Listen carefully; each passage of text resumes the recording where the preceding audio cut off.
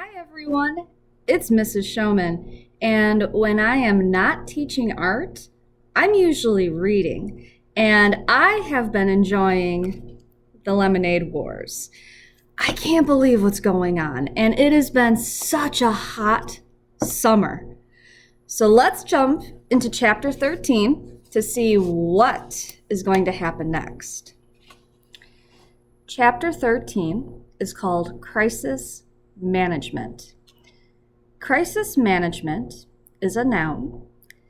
It means special or extraordinary methods and procedures used when a business is in danger of failing.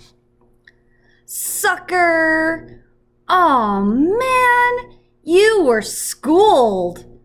Preschool baby!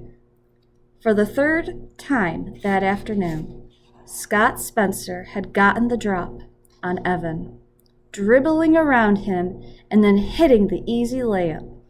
So the guys were giving him the business, even the ones on his own team. It was Evan, Paul, and Ryan against Kevin Toomey, Malik Lewis, and Scott. Evan wished that Scott hadn't shown up, but he had. And they needed the sixth guy for 3-on-3 since Jack had gone home to ask his mom if they could all swim at his house. So what was Evan supposed to say? Anyway, Evan was 3 times the ball handler that Scott was, and everyone knew it. So it was all in fun. But it didn't feel like much fun to Evan. "What's up, man?" Paul asked. Evan dribbled the ball back and forth, left hand, right hand, and then threw his legs. "Hey, it's hot," he said. "Yeah, it's hot for all of us," said Paul. "Get your game on, dude." But Evan couldn't get his moves right. He was a half step behind himself, and every time he moved, the envelope slapped against his thigh like a reprimand. "Speaking of hot," said Ryan. Everyone turned to look. Jack was coming up the path, running at a dead dog pace. "Oh, please, God," said Paul. "Let her say yes." As soon as he was in range, Jack shouted, "She said yes!" "What's up?" asked Scott. "Jack asked his mom if we could all go swimming in his pool," Kevin said. "Hey, Jack," shouted Scott. "Can I come too?"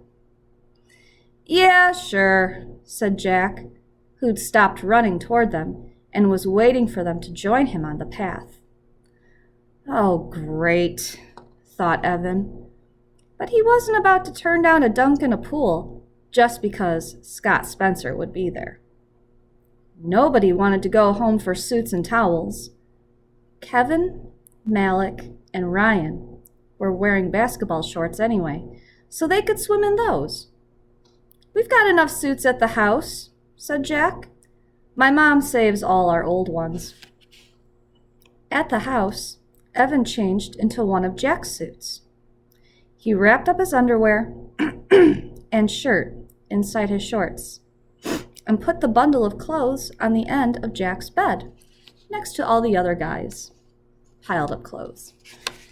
It felt good to drop the heavy shorts with the envelope stuffed in the pocket. Then, just to be sure, he put his shoes on top of the pile of clothes. He didn't want anything happening to that money. They played pool basketball all afternoon, even though the teams were uneven. Mrs. Bagdarison brought out drinks and cookies and chips and sliced up watermelon. Every time one of them went into the house to use the bathroom, she shouted, "Dry off before you come in!" But she did it in a nice way. Then, just when Evan thought the afternoon couldn't get any better, it did. Scott had gone into the house to go to the bathroom. A few minutes later, he came out dressed, his hair still dripping down his back. "I gotta go," he said, jamming his foot into his sneaker. "Did your mom call?" asked Ryan. "Nope, I just gotta go," he said. "See ya." He ran out the gate. "Great!" shouted Evan. "Now the teams are even!"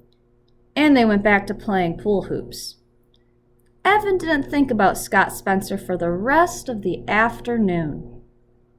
He didn't think about Scott Spencer until he went into Jack's bedroom to change back into his clothes and noticed that his shoes were on the floor and his shorts weren't folded up.